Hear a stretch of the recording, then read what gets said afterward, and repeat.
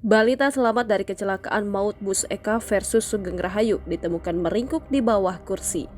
Kecelakaan maut terjadi di Ngawi, Jawa Timur, Kamis 31 Agustus 2023. Bus Eka dengan nopol S7551US bertabrakan dengan bus Sugeng Rahayu nopol W7572UY dan menewaskan 3 orang serta melukai belasan penumpang di Jalan Raya Ngawi Maospati, titik Desa Tambak Romo, Kecamatan Geneng. Idris Ardianto, warga Kota Batam, menceritakan detik-detik kecelakaan sambil menahan sakit pada bagian kepala.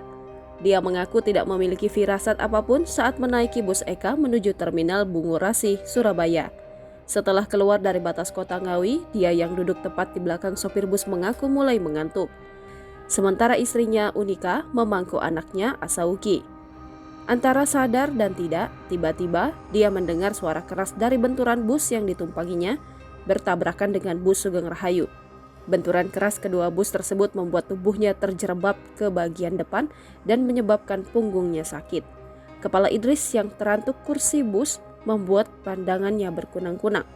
Idris mengaku sempat kaget ketika menolong istrinya yang terbanting ke depan bus tidak menemukan anaknya yang tadi digendong. Ia sempat khawatir anaknya terlempar keluar bus. Namun Idris lega ketika mendapati anaknya meringkuk di kolong kursi.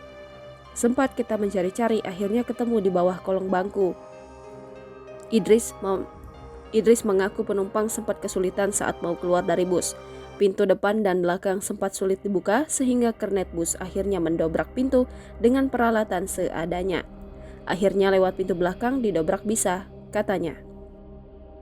Sempat dievakuasi ke rumah sakit Geneng, Idris dan anaknya dirujuk ke RSUD Dr. Suroto Ngawi. Sementara istrinya tidak mengalami cedera, sempat dirawat di rumah sakit Geneng untuk mendapat pertolongan dari rasa syok yang dialami. Jangan lupa subscribe, share, komen, dan like ya.